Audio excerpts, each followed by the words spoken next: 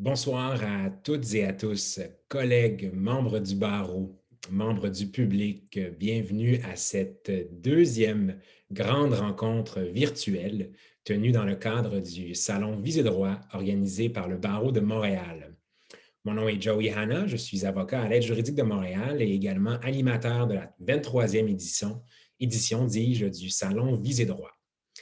Au menu ce soir, un sujet complexe, celui du système de justice, mais vu par les médias.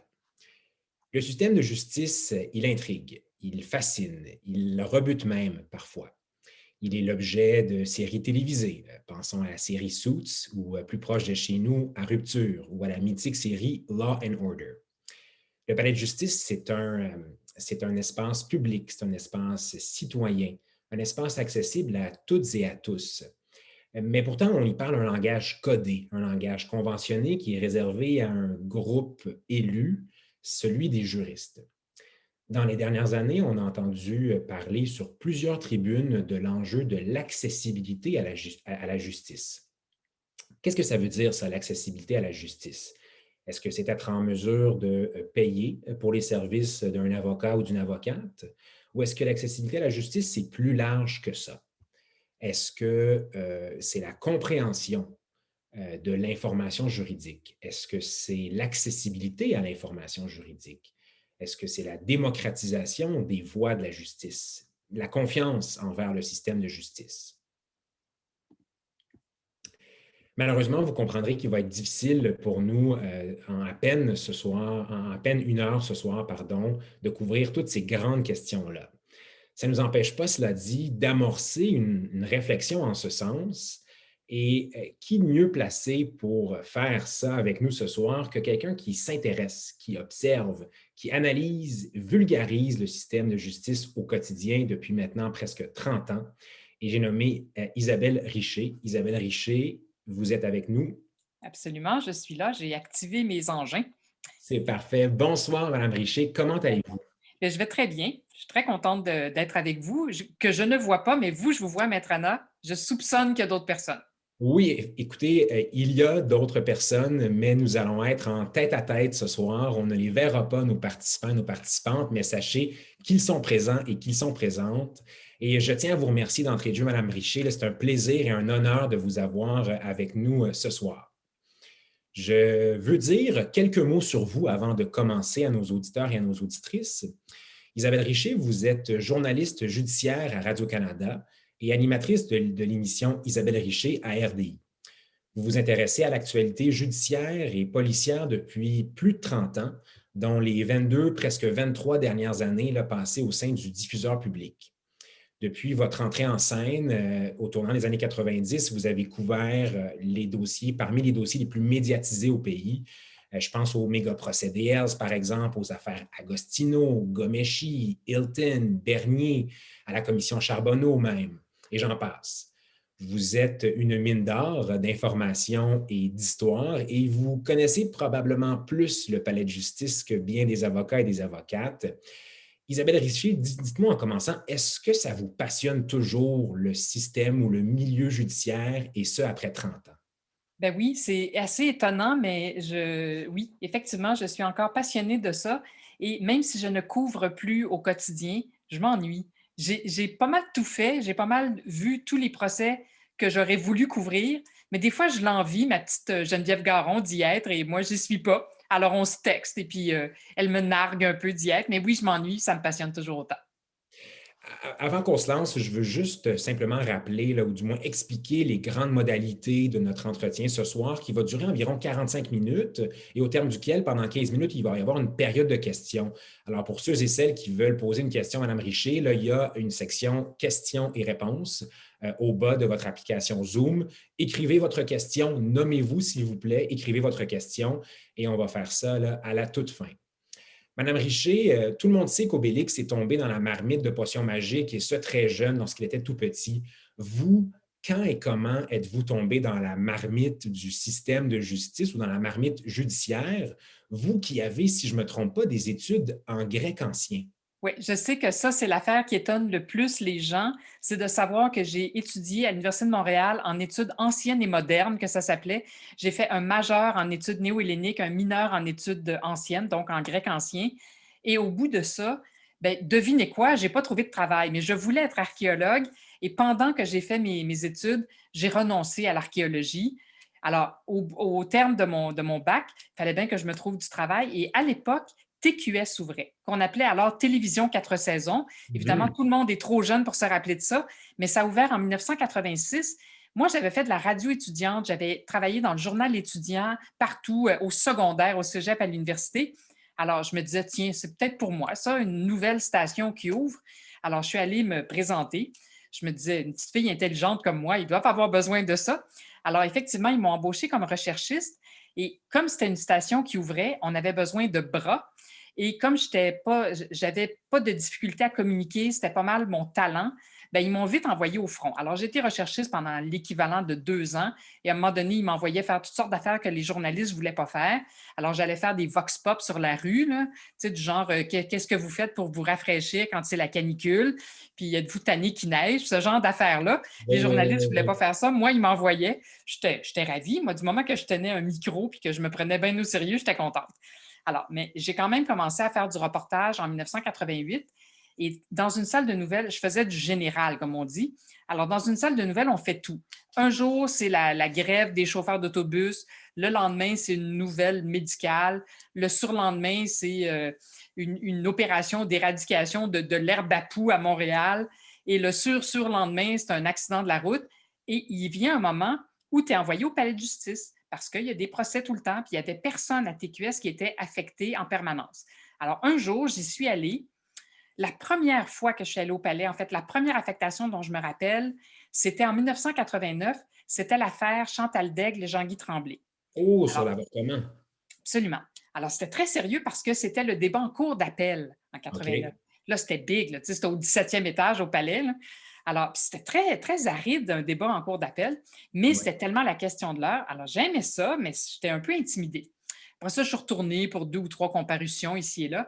Et en 92, là, je suis allée, c'était ça en 92, oui. En 92, je suis allée pour le deuxième procès de Gilles Perron qui avait été réalisateur à Radio-Canada. Je l'ignorais, je ne connaissais pas cet homme-là, mais je savais qu'il était accusé de meurtre. C'était son deuxième procès. Il était en liberté, puis il roulait des épaules, puis il se prenait bien au sérieux, puis il Mhm. faisait copain-copain avec les journalistes dans le corridor. C'était assez bizarre.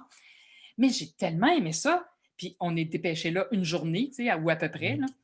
Alors, j'ai pas eu le temps de vraiment m'imprégner puis comprendre ce qui se passait, mais j'avais adoré le procès. Alors, quand j'étais revenue dans la salle des nouvelles, j'avais dit à mon patron de l'époque, sais-tu, si tu envisages d'envoyer quelqu'un en permanence au palais, pense à moi parce que j'aimerais ça. J'ai adoré mon expérience. Vous avez Alors, laissé votre carte. effectivement, j'y avais lancé la perche et il l'a saisi. Et au moins 2 mois après, il m'a fait venir dans son bureau et il m'a dit, si tu veux le beat du palais, il est à toi. Alors, bingo, je suis allée là. Et à l'époque, donc en 92, il y avait quand même des médias permanents qui étaient là. On n'était pas si nombreux, mais on était là.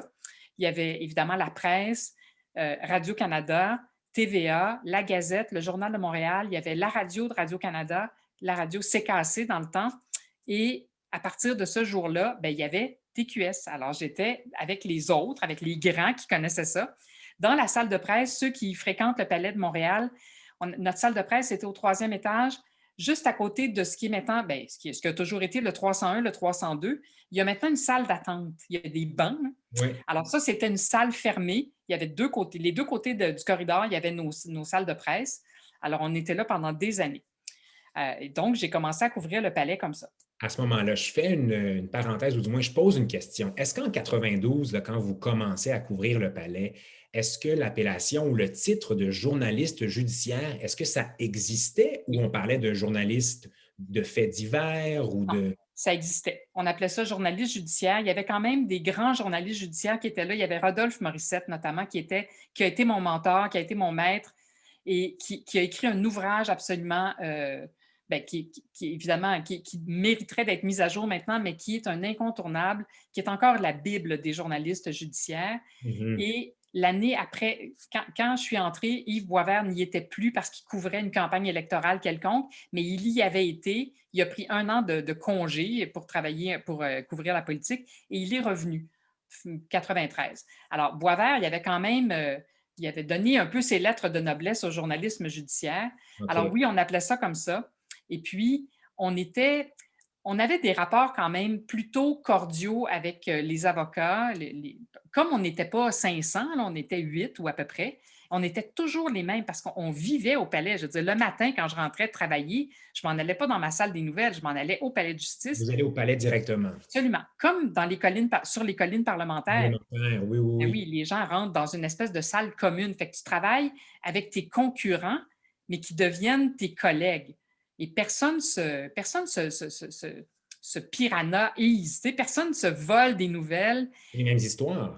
Bien, entre autres, on a les mêmes histoires, donc on ne peut pas se voler un scoop, mais on a quand même des lignes éditoriales un peu différentes. Alors, Hmm. moi, j'étais à TQS, je couvrais beaucoup le quotidien, j'étais en ondes tous les jours, 2, 3 fois par jour. Il n'y avait pas encore de trucs permanents, de réseau d'information continue. D'ailleurs, il n'y en avait pas à TQS, même quand je suis partie.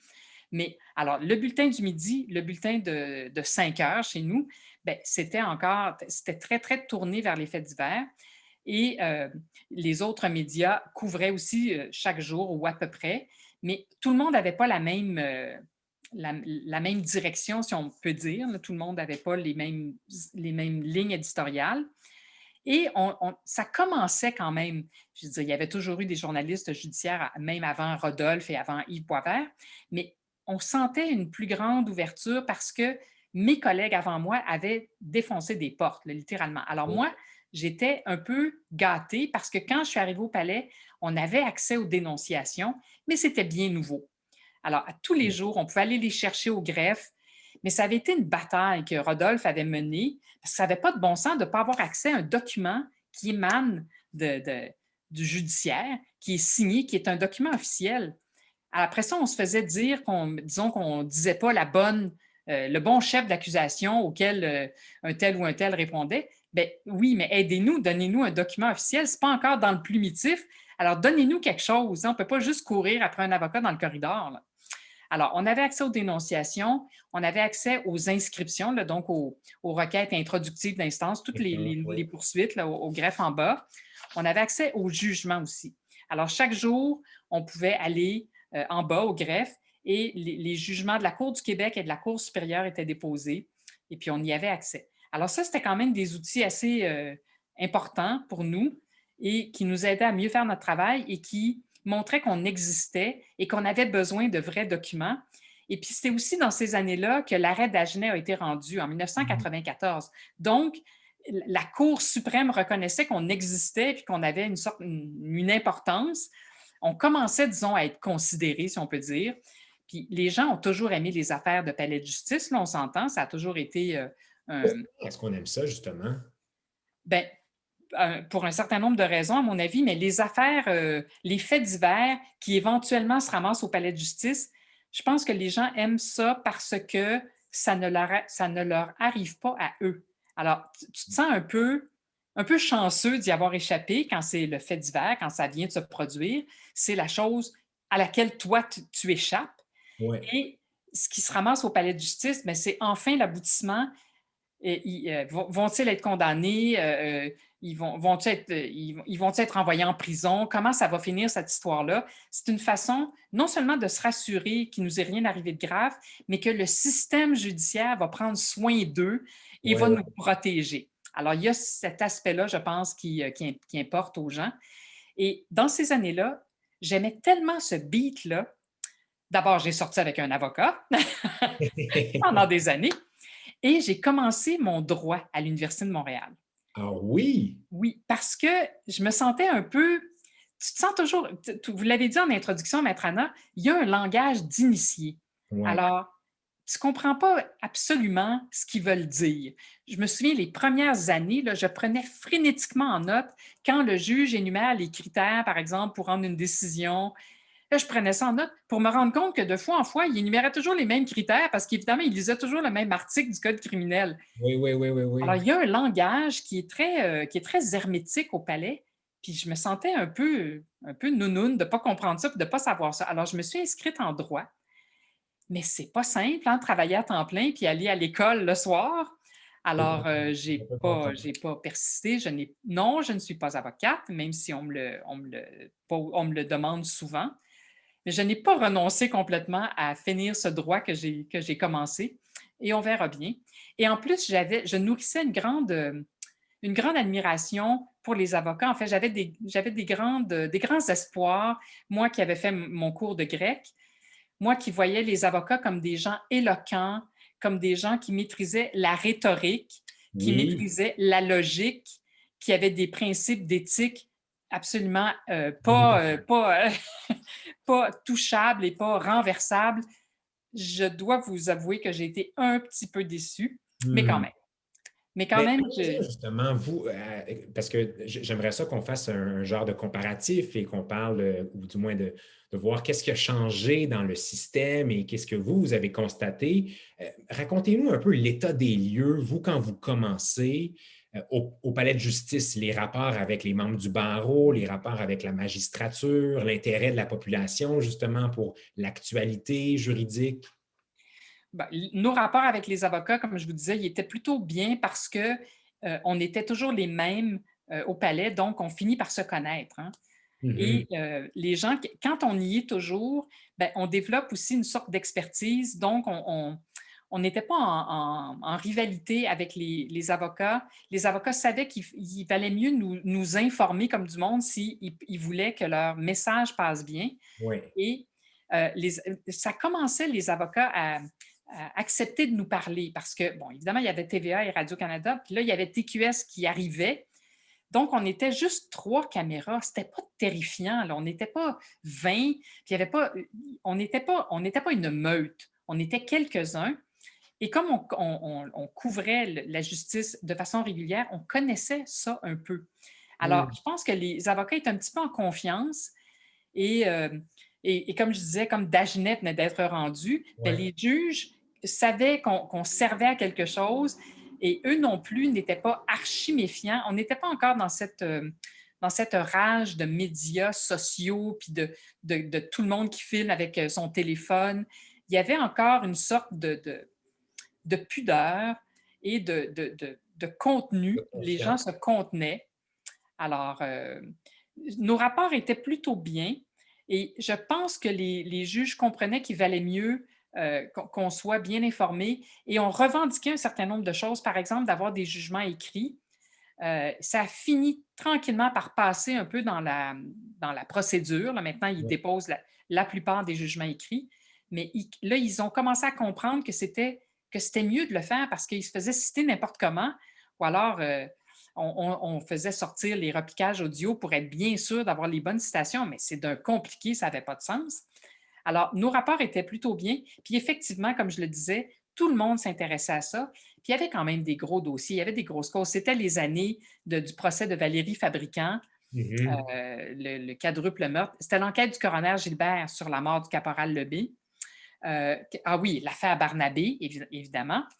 Alors, il y a eu énormément de gros dossiers, autant des procès que des enquêtes du coroner. Il y a eu la commission Poitras sur les agissements délirants des polices de la SQ, l'affaire Matix. Donc, il y avait énormément de dossiers importants et c'était naturel que les médias couvrent ça et qu'on y soit en grand nombre. Évidemment, quand il y avait des affaires comme des commissions d'enquête, bien là, il y avait beaucoup plus de médias. Oui. Les agences de presse envoyaient des reporters. Les médias qui n'étaient pas représentés de façon permanente, je pense au Globe and Mail ou à d'autres, bien là, Au ils devoir. envoyaient des reporters, pardon. Au devoir aussi, je pense qu'il n'y avait pas de journalistes. Ça, c'est très intéressant ce que vous dites, Maître Anna, parce que au devoir, moi, j'ai connu l'époque où au devoir, Lise Bissonnette, quand elle était directrice, Oui. refusait de couvrir le palais de justice parce que je ne sais pas trop quoi. Parce que je crois qu'elle devait associer le palais de justice au Journal de Montréal. Ça devait être salissant. Hmm. Alors que pourtant, il y avait des grandes questions constitutionnelles. bon Dieu, l'avortement, c'est pas un procès de meurtre au coin de Saint-Laurent et Sainte-Catherine, c'est pas des affaires de prostitution, c'est pas des affaires de proxénète, Des questions c'est de des grandes société, là. questions. Ben oui, les Ouais. grandes questions de société se ramassent au palais. Alors, ça a changé avec les années, au point où un jour, ils ont délégué Brian Miles, qui est maintenant directeur du Devoir, alors Ouais. qu'il a une affection particulière pour les affaires judiciaires. Ah, intéressant. Je saute du coq à l'âne, je Vas-y. m'excuse, mais vous avez dit les questions de société passent par le palais. C'est tellement intéressant ce que vous dites. Est-ce que vous pensez que les réponses doivent sortir du palais aussi ou est-ce que les réponses ne sont pas nécessairement juridiques ou judiciaires à ces questions-là? Elles ne passent pas toutes par le palais. Toutes les grandes questions de l'heure se ramassent au palais. J'en ai une liste infinie, là. Mais qu'on parle, ben justement, Poitras, bien sûr, l'enquête du coroner sur la mort de Freddy Villanueva, le procès contre les grands cigarettiers, ça a quand même donné un immense procès civil. Mhm. La MIOUF, je Oui, pense que c'est le plus long procès ever. Le procès de Maurice Boucher, le procès de Dave Orchestra. Hilton, puis toutes les affaires judiciaires, tous les meurtres, bon, ça sans bon sens. Et je pense que la démonstration que j'ai réussi à faire auprès de mes propres patrons, parce qu'éventuellement, j'ai quitté TQS et je me suis en allée à Radio-Canada. Radio-Canada n'avait pas une. J'oublie pas votre question, rassurez-vous. Radio-Canada n'avait pas une affection particulière pour les affaires judiciaires, mais savait qu'il fallait y être parce que les grandes questions s'y retrouvaient. Mhm. Et les grandes réponses n'y sont pas toutes, sauf qu'il y a bien des choses qui émanent ou qui passent par le palais, qui finissent par rebondir au Sénat, au Parlement, qu'on pense à l'aide médicale à mourir, qu'on pense à plein de questions, même actuelles, qui finissent par débouler là où on peut agir, c'est-à-dire prendre des décisions, changer des choses. Alors, effectivement, et la réponse n'est pas toujours judiciaire, même au niveau des poursuites. Là. Moi, je le dis tout le temps, c'est pas parce que tu prétends avoir été agressé sexuellement que tu veux absolument que ton supposé agresseur soit traduit en justice. Bien souvent, on veut autre chose que ça. On veut Oui. des excuses, on veut une compensation financière, on veut que notre boss arrête de nous écœurer. C'est pas tout le temps des affaires d'agression sexuelle franches. C'est Mhm. souvent une question d'éducation aussi. Alors, Oui. toutes les réponses ne sont pas judiciaires, en effet. Intéressant. Je reviens à ce que je vous avais posé comme question un petit peu avant quant aux relations avec les membres du barreau et vous avez dit que vous aviez des rapports cordiaux au début et que c'était moins imposant peut-être la présence médiatique. Est-ce que 30 ans plus tard, est-ce que les avocats ou les avocates, parce que ça peut être très imposant là, au cinquième étage quand tous les médias ils sont présents, est-ce que vous pensez on est moins enclin à aller vers les médias, à communiquer avec les médias? Est-ce que c'est une erreur de le faire? Ou... De ne pas communiquer avec les médias? Oui, effectivement, ou du moins de ne pas prendre le soin de s'adresser aux médias ou de passer nos messages par les médias? Bien, je pense que c'est quelque chose qui va dans les deux sens. C'est-à-dire que les médias, les entreprises de presse ont une responsabilité, c'est d'envoyer quelqu'un au palais qui connaît ça. Alors Hmm. ça, c'est la responsabilité de mes patrons. Et quand ils se mettent à envoyer, mes patrons puis les patrons des autres, quand ils se mettent à envoyer n'importe qui, n'importe quand, qui ne connaît pas ça, qui ne connaît rien et qui court après un avocat pour lui poser une question insignifiante, bien là, Hmm. je comprends les avocats de s'enfuir. Très franchement, je m'enfuirais moi aussi. Mais effectivement, il y a aussi une responsabilité et les avocats ont fini par comprendre que si on tend le micro et que tu ne le prends pas, bien, ça se pourrait qu'on ait juste un côté de l'histoire. Et Ouais. ça arrive beaucoup dans les affaires civiles parce qu'on se faisait reprocher, par exemple, de n'interviewer que Julius Gray. Ben oui, mais très bien, Julius Gray défend un tel, mais vous, maître chose, là, maître procureur général, là, vous nous parlez jamais. Vous ne voulez pas nous donner votre commentaire. C'est sûr qu'on va donner le crachoir à celui qui veut le prendre. Alors, Hmm.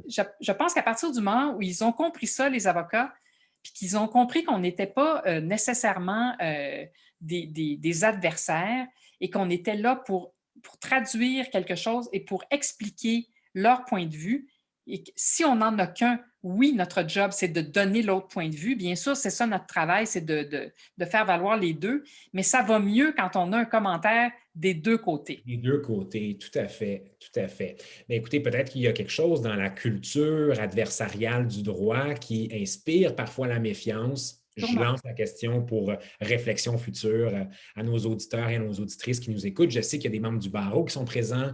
Il y a peut-être des futurs étudiants, ou du moins des étudiants présents. Là, donc, question à suivre. Vous avez parlé tantôt là, de questions civiles ou de dossiers avec, par exemple, Maître Julius Gray ou même d'affaires criminelles. Comment vous faisiez, vous, à l'époque, pour choisir vos causes? Parce qu'il y en a tellement au palais de justice, il y a 17 étages. Comment est-ce qu'on choisit une bonne cause? C'était déchirant. D'abord, j'ai un agenda et j'ai encore un agenda papier dans lequel je mets tout.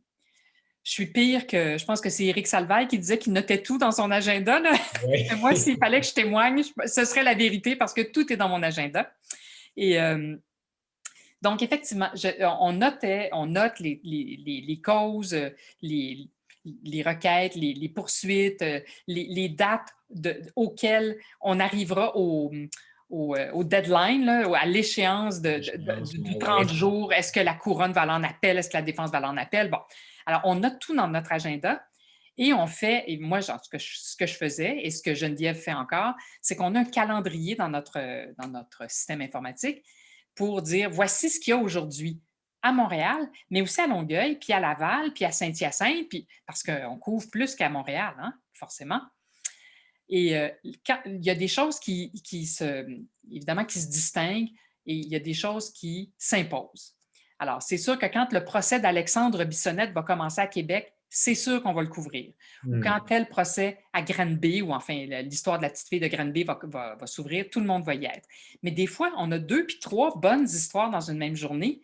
Quand j'étais au Palais et que tout se passait au Palais de Montréal, c'était un peu une gymnastique, mais ça se faisait. Je pouvais faire le début parce que tout commence pas à 9h30, hein, comme vous le savez. Alors, je pouvais commencer telle histoire où j'allais écouter l'opening d'un procureur devant jury, puis je faisais mon petit direct à midi. Après ça, en après-midi, c'était la peine de quelqu'un à 2h. J'étais capable de faire 2 histoires, mais quand il y a 2 histoires qui arrivent en même temps, ou quand il y avait le procès des motards à Gouin, puis il y avait le procès de Jocelyn Hott au Palais de justice de Montréal, j'étais déchirée, écartelée. Là, c'était tough. Alors, j'admets que dans ce temps-là, tu es content d'avoir un patron et de lui dire prends la décision, tu ne veux pas rien manquer, je te comprends. Ben alors, envoie un autre joueur parce que je ne peux pas être à 2 places en même temps. Des fois, il était obligé de convenir qu'effectivement, une seule personne, ce n'était pas assez. Ou bien il se privait d'un bon sujet. Alors, c'est un petit peu comme ça qu'on faisait nos choix. Et puis, comme je vous disais tantôt, ce n'est pas tous les médias qui ont les mêmes objectifs et les mêmes choix. Évidemment, il y a des choses qui s'imposent. Là. Et puis, il y a des fois où ce n'est pas juste une histoire. Comme je disais toujours à mes patrons, puis comme je vois Geneviève Garon travailler au Palais, tu peux difficilement passer une journée sans avoir une histoire. Ça se peut presque pas. Hein? Mais couvrir le palais, c'est pas juste couvrir les procès. C'est pas juste aller écouter ce que les avocats disent, puis les témoins disent dans une salle d'audience, prendre des notes, puis sortir sur le parvis pour faire ton histoire. C'est pas que ça. C'est beaucoup être capable d'expliquer les rouages.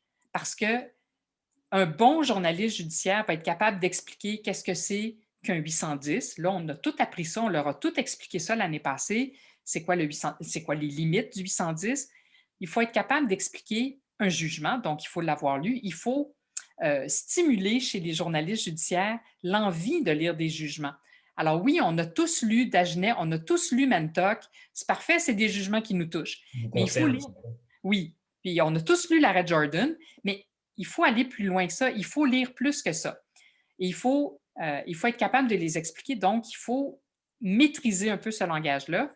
Il faut être capable de comprendre ce qu'est un arrêt des procédures, ce qu'est une défense de troubles mentaux, ce qu'est une défense avec sursis, pas une défense, je veux dire une peine avec sursis, à quoi ça sert un recours collectif, pourquoi tu peux l'intenter ou pas l'intenter, qu'est-ce qui justifie ça, qu'est-ce que c'est que contester la constitutionnalité d'une disposition du Code? C'est quoi ça? Qu'est-ce que ça mange en hiver?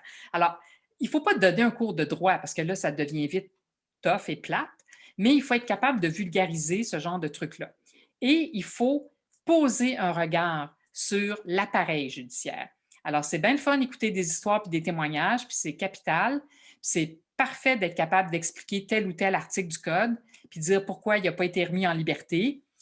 Mais il faut être capable de jeter un regard très critique sur le travail des juges, sur le travail des avocats, sur le travail des policiers et sur le travail des acteurs du système. Alors, le palais, ce n'est pas juste le palais, c'est le Service correctionnel du Canada, c'est la Commission des libérations conditionnelles. Il faut comprendre ça. Évidemment, tu ne comprends pas ça la première semaine que tu couvres le palais, mais au Oui, fur et à mesure, il faut que tu t'y intéresses et il faut que tu poses un regard critique. Et quand je dis poser un regard critique sur le travail des juges, les premières années où j'étais au palais, les juges faisaient des déclarations vraiment fracassantes.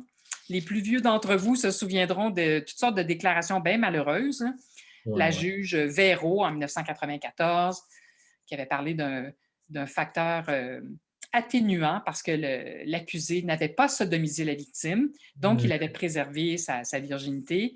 Une couple d'années plus tard, c'est la juge Dubreuil qui avait fait aussi une déclaration très malheureuse sur un facteur atténuant. Elle avait dit un instant, je l'ai noté, c'est ça, elle avait donné une sentence suspendue, je pense, à des agresseurs sexuels en disant qu'il n'y avait pas de remords, mais ce n'était pas grave parce qu'elle considérait que c'était dans leur culture de ne pas avoir de remords. Et puis, évidemment, je pense que personne n'a oublié Denis Dionne qui avait dit que les lois, c'est comme les femmes, c'est fait pour être violées. Mon Dieu, qu'il ne serait pas capable de dire ça aujourd'hui, mais il l'avait pas plus. Enfin, il avait été capable de le dire, mais ça lui avait valu une méga histoire avec son comité de discipline. Alors, ça, c'est même pas poser un regard critique, ça, c'est assister aux âneries que les juges disent.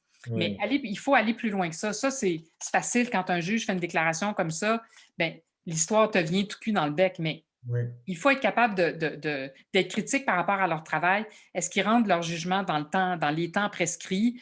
Est-ce qu'ils sont capables d'expliquer leur jugement? Est-ce qu'ils sont compréhensibles? C'est toujours bien un minimum, là. oui. Est-ce qu'ils ont une conduite digne? Là, on peut penser au juge Giroir qui a fini à force par démissionner. Mais dans mon temps, c'était beaucoup la juge Ruffo qui avait des démêlés avec son conseil de la magistrature. Donc, c'est tout ça, poser un regard sur l'appareil judiciaire.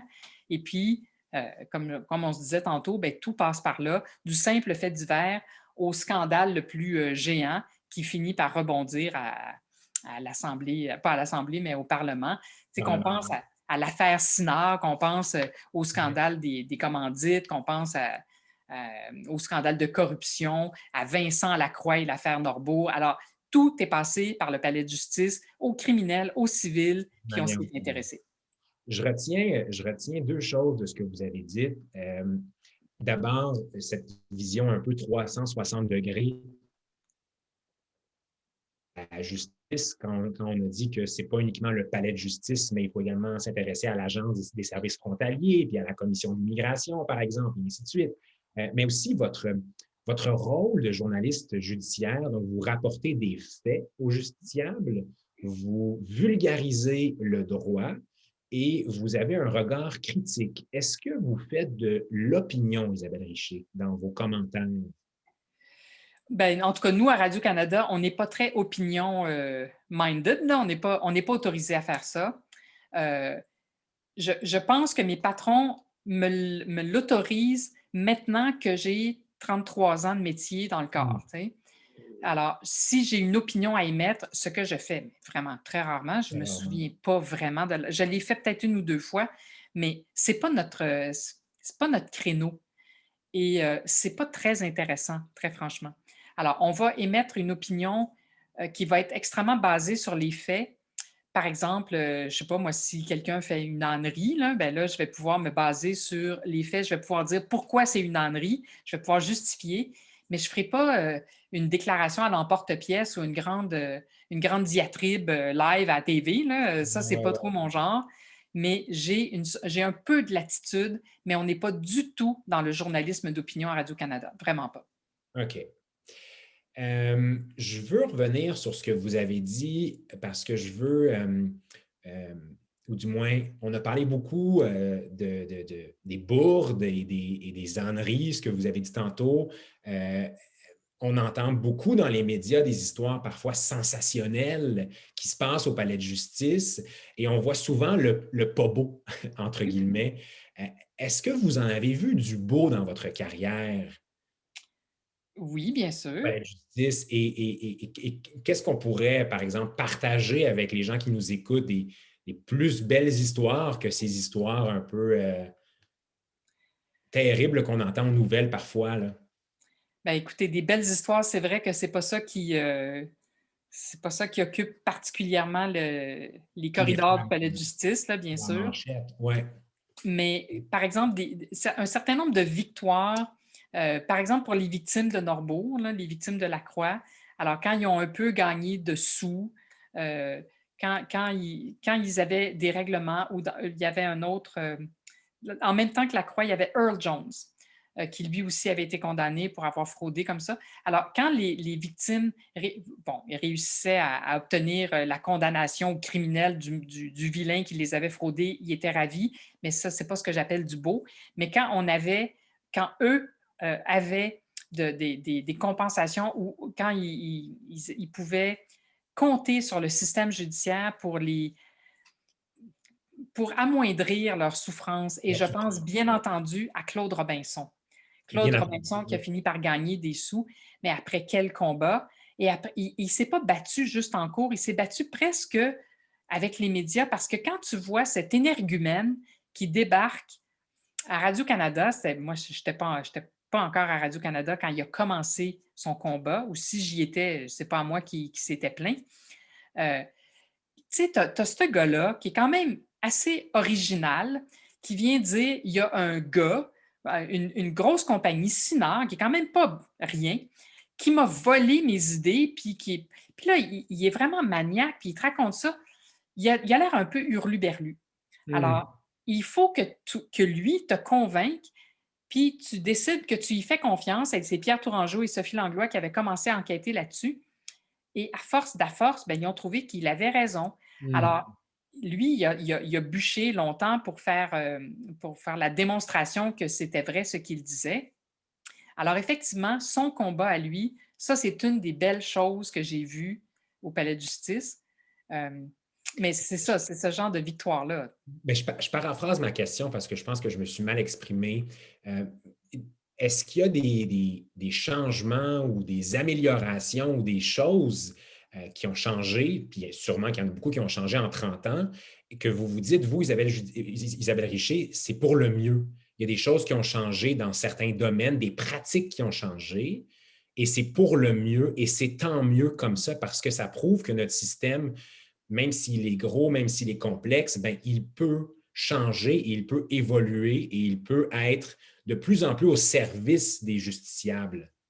Bien, je pense que, évidemment, là, j'ai toujours l'air de me lancer des fleurs, mais je pense que le regard des médias, l'intérêt, l'attention des médias sur le système judiciaire a fait en sorte on a dévoilé un certain nombre de comportements qui n'avaient pas de sens, des Hmm. âneries justement que les avocats disaient ou les juges, et l'espèce d'opprobre public a fait en sorte que les gens ont changé, les avocats ont cessé de se comporter comme ça, on a cessé de contre-interroger des victimes sur un Par certain nombre de exemple, choses. On a changé des règles de preuve, des règles de de procédure, de procédure. pratique. Alors, ça, bien sûr, c'est le regard des médias parce que c'est certainement pas des avocats qui sont allés prendre la parole puis qui ont fait des manifs dehors. Tu sais. Alors, oui, il y a eu ce regard-là qu'on a posé, un regard professionnel. Oui, donc il y a des pratiques qui ont évolué, qui ont changé. J'ai pas 100 ans, là. Et je me souviens au début, quand j'ai couvert dans les années 90, un avocat qui est aujourd'hui décédé, qui m'a interpellée à la sortie d'une salle d'audience et qui m'a dit, puis c'était une affaire d'agression sexuelle, et il m'a dit, ouais, en tout cas, l'avocate, il parlait de la couronne, l'avocate avec sa mini-jupe, là, franchement, c'est un peu bizarre, hein, dans une affaire d'agression sexuelle. Je n'en revenais pas. J'étais sciée. On n'était pas en 1940, là. On était en Hmm. 94, je pense. J'étais sans connaissance. Alors, ce genre d'affaires-là n'arrive plus. Alors oui, c'est une évolution, tant mieux. Et l'évolution, elle commence évidemment dans la société et Oui. éventuellement, elle se transporte au palais de justice. Et on a vu, pas que dans la façon de se comporter des avocats, mais il y a une plus grande ouverture de la part des juges. On n'est pas toujours les méchants. On n'est pas toujours... Oui, il y a eu beaucoup d'affrontements avec les médias. On est passé de cette pratique où les caméras se promenaient, se déplaçaient librement dans les corridors jusqu'à nos cages, nos niches, comme on les a appelées Ouais. avec dérision. Mais bon, maintenant, c'est sûr, on est tellement nombreux, puis on est mieux d'être à l'intérieur dans une cage qu'à l'extérieur, comme dans d'autres provinces canadiennes et dans d'autres pays. Euh, donc, il y a eu une évolution et il y a eu aussi un travail dans les deux sens, aller-retour. Donc, les juges ont compris, parce que notre présence est assurée et continue au palais, qu'on n'est pas toujours des adversaires et que c'est utile parfois de se servir des médias, je le dis avec des gros guillemets, pour Hmm. faire passer un message. Et les juges, ils viennent de quelque part, hein, ils ont été avocats avant. Bon, ben, ils savent aussi comment utiliser les médias. Et un jour, il y a plusieurs années, il y a au moins 10 ans, j'ai participé avec des avocats, dont Véronique Robert, je me rappelle, qui avait déjà un compte Twitter. Twitter devait exister parce que je me souviens qu'on avait parlé de ça dans un congrès du barreau, je pense. Et D'accord. une des questions, c'était est-ce qu'on devrait utiliser Twitter? Et je disais aux avocats qui étaient dans la salle, vous, là, qui êtes avocat, un jour, vous allez être juge. Puis aujourd'hui, vous êtes sur Facebook, vous êtes sur Twitter.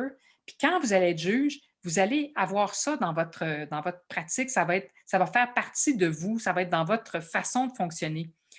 Et il y a bien des gens il y avait des juges, donc c'était peut-être une affaire de juge, parce qu'il y a des juges qui étaient venus me voir pour me dire ben moi, Madame Richer, si vous voulez tweeter dans ma salle d'audience, il n'y a aucun problème. Tu sais. Je les trouvais bien drôles, un par un, venir me dire ça. Tu sais, vous avez juste à me le demander, je vais vous l'autoriser. Alors, Oui, il y a oui, eu oui. cette espèce d'évolution que ce n'est pas toujours sale d'utiliser des images puis des engins électroniques, puis de filmer, ce n'est pas toujours mauvais. Alors, il y a eu tranquillement un changement de De culture culture. Ben, parce que, c'est pour vous dire, pardon, dorénavant, oui, c'est positif. les cours sont rendus sur Twitter. La Cour suprême, d'ailleurs, tweet souvent Oui. des jugements ou du moins des résumés là, de jugements. Et maintenant, les audiences sont rendues virtuelles. Donc, comme quoi, Et le puis, changement de il y a culture des est... juges qui donnent des entrevues et ça montre aux autres collègues, qu'on n'est pas tous des assassins sanguinaires là, qui veulent les déchiqueter live à TV. Dire, le juge Wagner, en sa qualité de juge en chef de la Cour suprême, il est venu à ma petite émission à RDI. Évidemment, parce qu'il m'a connu quand il était juge à la Cour supérieure, mais oui, il a aussi cette ouverture et il a fait la démonstration que c'est correct de parler aux médias. La juge Rondeau est venue à mon émission, le juge Fournier est venu à mon émission.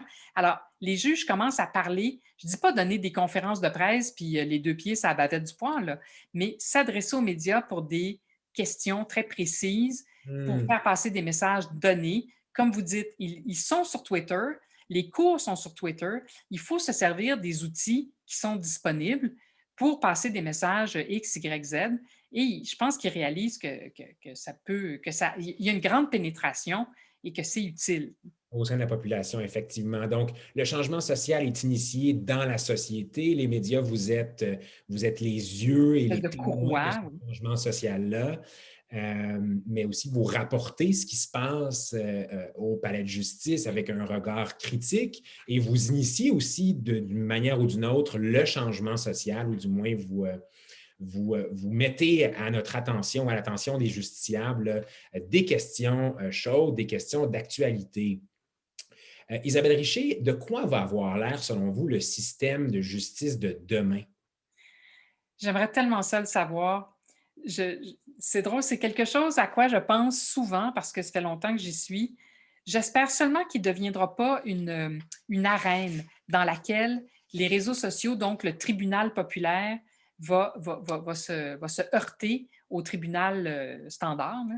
Hmm. Euh, les réseaux sociaux, ils sont là. Ils vont-ils perdurer? J'en sais rien. Mais je ne veux pas que ça devienne eux contre nous. Parce que Hmm. c'est pas fertile comme terrain, puis c'est pas utile. Alors ça, j'en ai un peu peur.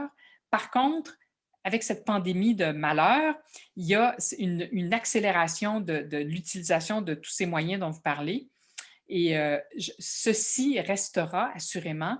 Donc, il y aura peut-être une plus grande transparence. Moi, je milite en faveur d'une plus grande transparence dans le futur. Souhaitons que le système judiciaire conserve cette espèce d'élan qu'il a acquis par la force des choses, et Jordan et la pandémie. Oui. Et alors, à quoi il va ressembler demain? Ben, j'espère qu'il va garder le meilleur de ce qui est en route maintenant, qu'il va l'intégrer et qu'il va toujours choisir la plus grande transparence, davantage, de plus en plus pour le DPCP, qui est un organisme, je m'excuse pour mes amis du DPCP qui sont là, qui est un organisme empesé et vraiment encrouté, qui est vraiment, vraiment pas transparent. Alors peut-être qu'il va se secouer et qu'il va accepter que ce n'est pas qu'un monde d'initiés réservé aux initiés qui sont membres du barreau. Le système judiciaire, il appartient à tout le monde. Je ne dis pas que tout le monde doit rentrer avec son téléphone à on en train de filmer tout, là, mais que si on veut mieux le faire connaître et et le diffuser davantage, il faudrait s'ouvrir un petit peu et arrêter de parler comme au 19e siècle entre gens de bonne famille qui se comprennent entre eux. C'est fascinant, Isabelle Richer. C'était, comment dire, le temps file et je Absolument. savais, et vous saviez, en fait, on savait qu'on n'aurait pas le temps de passer à travers euh, tout tout ce dont on voulait jaser. Il nous reste 15 minutes. Je crois qu'on a des questions déjà dans notre chat. Alors, je vais en prendre quelques-unes, mais je me permets aussi. Oui, alors je les vois, elles apparaissent. Une première question de Rose Vigée-Vanier qui vous demande, Madame Richer, est-il possible pour un simple citoyen d'assister au procès au palais de justice en vue de mieux connaître le système judiciaire? Excellente question. Je vous laisse la parole. Alors, j'ai cette question-là régulièrement. J'ai plein d'étudiants. Quand on est dans la vraie vie, là, pas en temps de pandémie, imaginons que la vie revient. Alors, oui, absolument. Il y a plein d'étudiants qui m'écrivent: il faut que j'aille faire un travail au palais de justice. Où est-ce que je dois aller? Dans quelle salle? Quel procès est intéressant à suivre? Alors, effectivement, je pense que c'est capital pour ceux qui s'intéressent à ça, ceux qui veulent faire des études là-dedans, ou même pas du tout, mais qui veulent juste comprendre, d'aller s'asseoir en fermant son téléphone cellulaire quand on entre, parce que c'est la pire des affaires qui arrivent, c'est que ton téléphone se met à sonner, là, tu bondis sur ta chaise. Alors, oui, y aller, assister à des enquêtes caution. Je les envoie très souvent au 3-7, je les envoie au 4-6. Je ne sais pas si c'est encore les mêmes salles, mais moi, c'était les comparitions au 3-7, puis au 4-6, c'était l'espèce de salle à volume, ou au 4-11, qui était la salle à volume de la Cour supérieure. Ou alors carrément assister à un procès, soit devant jury, soit un procès standard, là, devant juge seul de la Cour du Québec.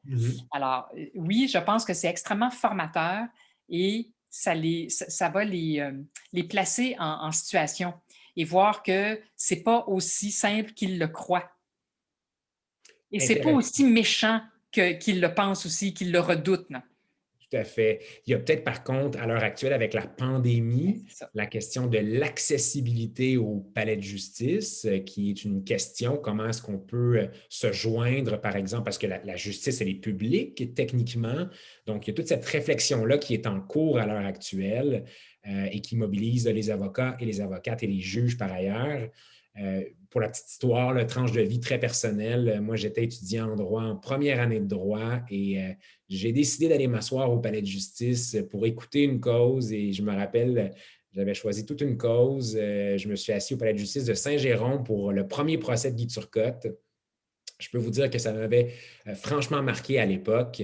Mais dès qu'on tombe là-dedans, dès qu'on tombe dans cette marmite-là, on le disait tantôt, là, on tombe en amour avec le système de justice, la procédure et tout ça. Alors, j'invite, s'il y a des étudiants ou des étudiantes ou des membres du public là, à s'intéresser et à se rendre au palais de justice, bien sûr, si les mesures sanitaires le permettent. Une deuxième question, Mme Richer. Les médias sociaux ont changé notre façon de recevoir l'information. On en a parlé beaucoup tantôt. Beaucoup de monde se fie sur les médias sociaux pour satisfaire leur appétit d'information. Comment est-ce que les journalistes s'adaptent à ça? Ben, on peut pas résumer une cause en envoyant des tweets, là, mais on peut suivre effectivement, on peut live tweeter un procès ou à peu près, parce que maintenant, on a le droit de se servir de nos téléphones ou enfin de nos tablettes en dedans, dans les salles d'audience. Alors, comment s'adapter? Ben, en essayant, et c'est un exercice pour nous qui est assez formateur aussi, c'est-à-dire essayer de résumer de façon succincte, en je ne sais plus combien de caractères et en quelques phrases bien tournées, l'essence de ce qu'un témoin dit ou de ce qu'un juge est en train de rendre comme jugement. C'est tout un exercice. Alors, bon, c'est ainsi qu'on s'est adapté, c'est-à-dire en s'en servant pour envoyer le plus rapidement possible, puisqu'on est dans cette ère de rapidité et d'instantanéité. Alors, on se sert de ces appareils-là pour transmettre rapidement l'information. Ce n'est pas toujours heureux parce que ce n'est pas nécessaire que ce soit en temps réel. On peut vivre 5 minutes sans savoir le jugement ou la décision d'un tel, mais Oui. c'est sûr qu'il y a ce facteur-là où tout le monde veut savoir au plus vite, il va-t-il être déclaré coupable, il va-t-il être acquitté, il va-t-il s'en aller en prison, est-ce qu'il va avoir raison ou pas? Alors oui, on est nous-mêmes soumis à ça, cette espèce de folie de l'instantanéité. Il y a un danger, évidemment, de commettre des fautes. Et le plus grand danger, c'est quand le public se met à utiliser les médias sociaux pour interpréter le droit à sa façon. Alors, par exemple, dans l'affaire de Granby, j'ai vu 1500 outrages au tribunal. Et mais évidemment, moi, j'en aurais fait un que j'aurais été cité, mais il n'y a personne du public qui a été ennuyé parce qu'ils ont donné les noms de ces gens-là, qui ont envoyé des photos de cet enfant-là. Personne. Et je ne sais plus combien de fois le juge qui était à Granby a réitéré son ordonnance, mais il y a à peu près que les médias traditionnels, les médias standards qui comprennent la portée de ça et le poids de ça et Conséquences. l'importance de ça. Alors, on avait tout le temps l'air des empêcheurs de tourner en rond parce qu'on disait que c'était interdit puis qu'on n'avait pas le droit de dire ceci ou cela. Puis là, Oui. les gens nous écrivaient pour nous engueuler. Hein? Bravo. Alors, oui, mais je l'ai vu sur Facebook. Oui, mais c'est pas de raison. T'sais. Fait que là, tu te chicanes un par un avec des dizaines de personnes qui t'écrivent. J'ai pas le temps de faire ça. Non, non. Fait que ça, c'est un petit peu le danger, c'est que tu te mettes à dialoguer avec 50 personnes, une par une. Alors Mm. oui, il y a un certain nombre de qualités et d'avantages à ces engins, mais il y a aussi un certain nombre d'inconvénients. Oui, tout à fait. D'où l'importance, et vous l'avez dit tantôt, et je le ressouligne, et vous l'avez dit pour les médias, donc votre rôle au niveau de l'éducation, et je me permets d'être porte-parole un peu des avocats et de dire que bien, on a aussi, nous, les juristes, un rôle d'éducation de par le statut qu'on occupe dans la société. On a ce rôle-là bien, d'aller dans les tribunes publiques, mais aussi de s'adresser aux justiciables pour vulgariser le système et expliquer aux gens de manière rationnelle bien, les conséquences de telle ou telle chose ou de telle ou telle utilisation, par exemple, des réseaux sociaux ou tout autre. Là. Je vois qu'on a encore des questions. 35 ans plus tard, Mme Richet, avec le recul, question difficile ici, le système de justice québécois est-il, comme plusieurs le prétendent, l'un des meilleurs systèmes au monde? Bien, là, j'ai du mal à me prononcer parce que le grand rêve de ma vie, c'est de faire des reportages partout dans le monde et de parler toutes les langues pour être capable de jauger comment fonctionnent les systèmes judiciaires ailleurs. J'aimerais tellement ça, aller au Japon, savoir comment ça marche, aller en Suède, aller partout. Je l'ignore. Je n'ai pas de comparatif. Je suis allée aux États-Unis, je suis allée en Italie. C'est les deux seules places où j'ai couvert des affaires judiciaires. Je ne fais pas trop pitié. Et puis une fois, j'ai fait une comparution à Athènes aussi. Alors, bon. Mais c'est très difficile pour moi d'évaluer ça. Je continue de croire qu'on a un bon système judiciaire. Est-il le meilleur? Je n'en ai aucune idée. Est-il meilleur que d'autres? Je ne peux pas le comparer. Et puis, en plus, on n'a pas le même système, on n'a pas le même droit qu'ailleurs. Même Mhm. avec les États-Unis, desquels on est très proche, c'est très différent. Quand on parle de meurtre au troisième degré, je tombe à la renverse, mais je sais que ça existe parce que j'ai appris ça. Mais on ne dit pas pareil. Alors, je ne suis pas capable de répondre vraiment à cette question-là. Je continue de croire que notre système judiciaire est bon, mais Colin qui est perfectible. Super intéressant. Je prends la balle au bon sur cette question-là. Après 30 ans, 35 ans de service, comme on dit, vous en avez beaucoup des histoires. Mhm.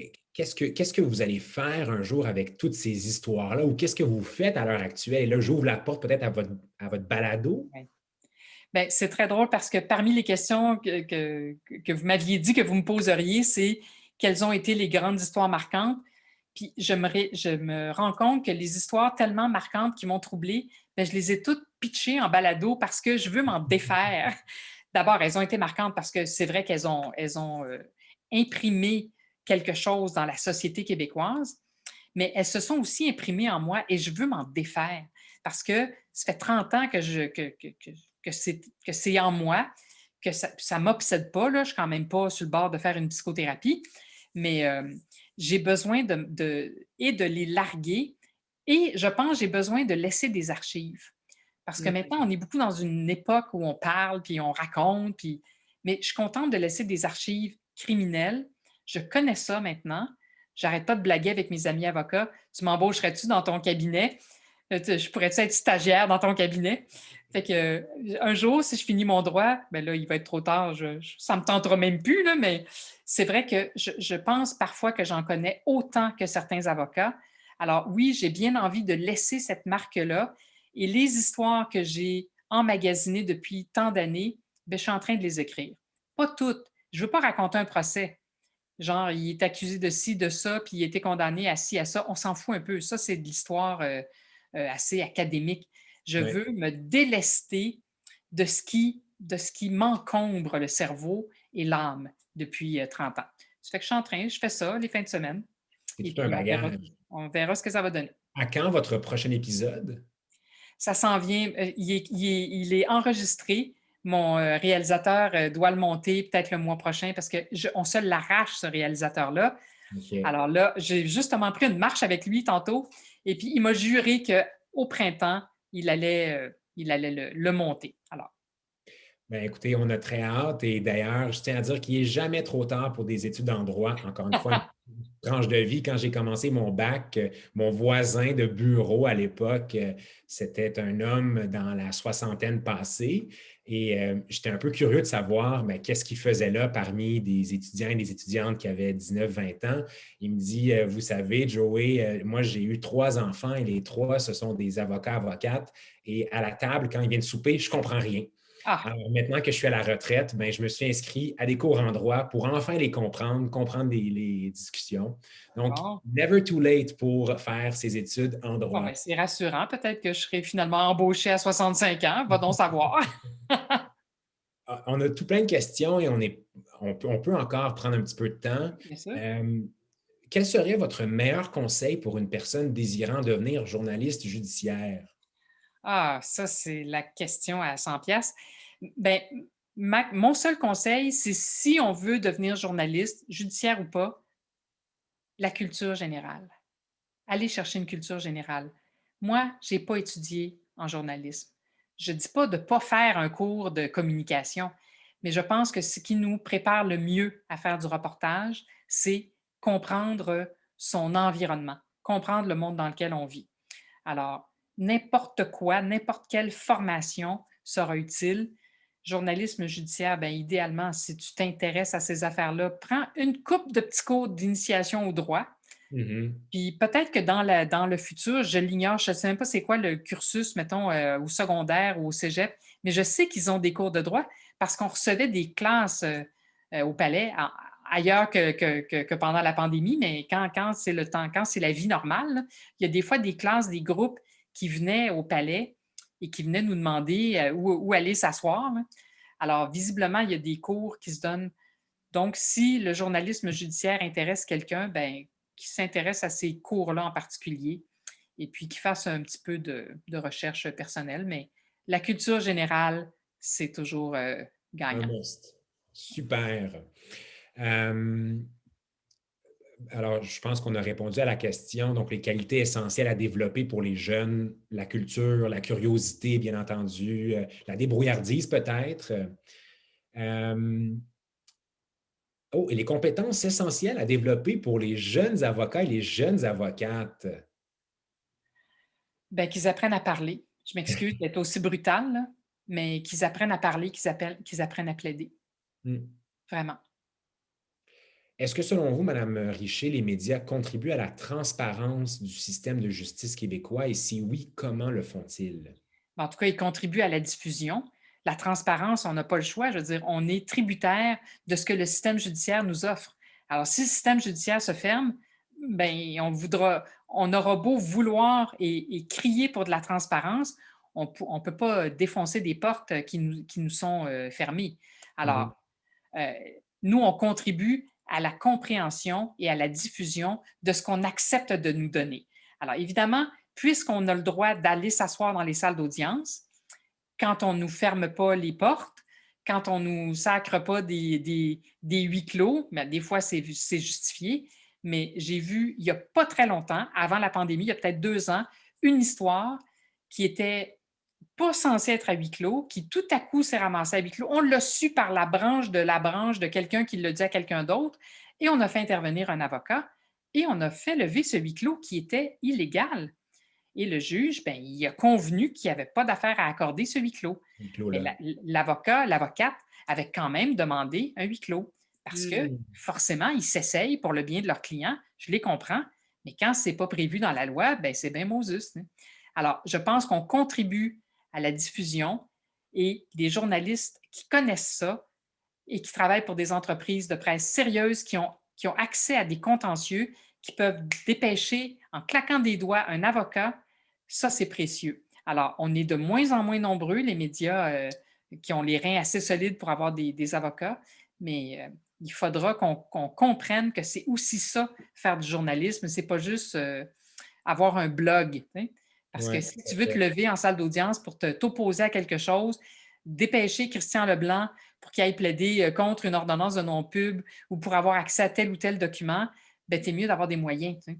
Alors, Ben, écoutez, moi, je vais me permettre de vous dire que ce qui est précieux, je le crois, c'est de vous avoir, vous et vos collègues, sur le terrain et d'être nos yeux, les yeux du public rivés sur le système de justice, de nous le présenter, de nous rapporter les faits, de nous apporter votre éclairage et on vous remercie pour ça et je me fais porte-parole des justiciables pour vous dire merci, Madame Richer. ben, merci de Euh, m'avoir invité.